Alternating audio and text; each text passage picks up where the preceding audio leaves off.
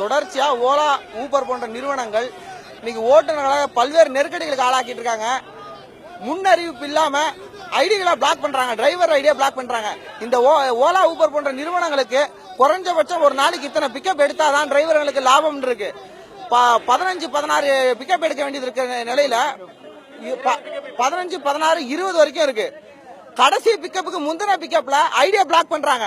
அப்ப எங்களால அந்த டார்கெட்டை அடிக்க முடியல. டார்கெட் அடிக்க முடியலன்னா எங்களுக்கு வர வேண்டிய இன்சென்டிவ் வராது.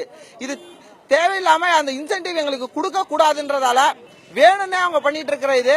அதே மாதிரி ஃபைன் அமௌண்ட் கலெக்ட் பண்ணிட்டு இருக்காங்க டிரைவர் கிட்ட, கஸ்டமர் கிட்ட மிஸ்பிஹேவ்னு சொல்லிட்டு.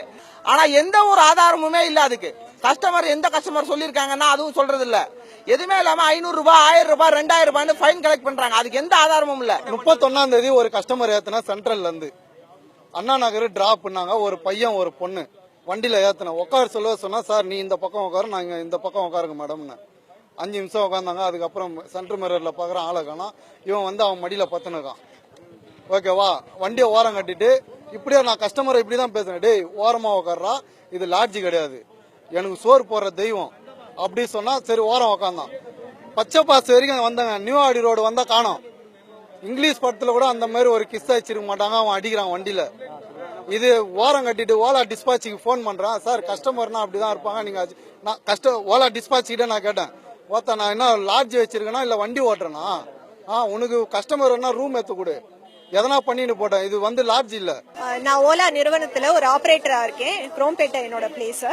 இப்ப பாத்தீங்கன்னா ஓலா நிறுவனம் டிரைவர்களுடைய உழைப்பையும் ரத்தத்தையும் உறிஞ்சு அவங்களுடைய 24 மணி நேரமும் வண்டி ஓட்டணுங்கிற அளவுக்கு அவங்கள வந்து ஆளாக்கி இருக்காங்க. அது மட்டும் இல்லாம ஸ்டார் ரேட்டிங் அப்படிங்கிற ஒரு மோசமான ஒரு விஷயத்த கொடுத்து கஸ்டமர் பண்ற தப்புகளையும் டிரைவர்ஸ் மேலேயே சுமத்துறாங்க. இப்போ 22-18 இவ்வளவு டியூட்டிஸ் ஒரு நாளைக்குள்ள எடுக்க முடியும் அப்படின்னா அவங்க வந்து அப்போ ஃபேமிலியே கிடையாது அவங்களுக்கு அப்படிங்கிற கொஸ்டின் தான். இத கேட்க வந்தா பவுன்சர்ஸ் வச்சு எங்களை வெளியே தள்ளுறாங்க.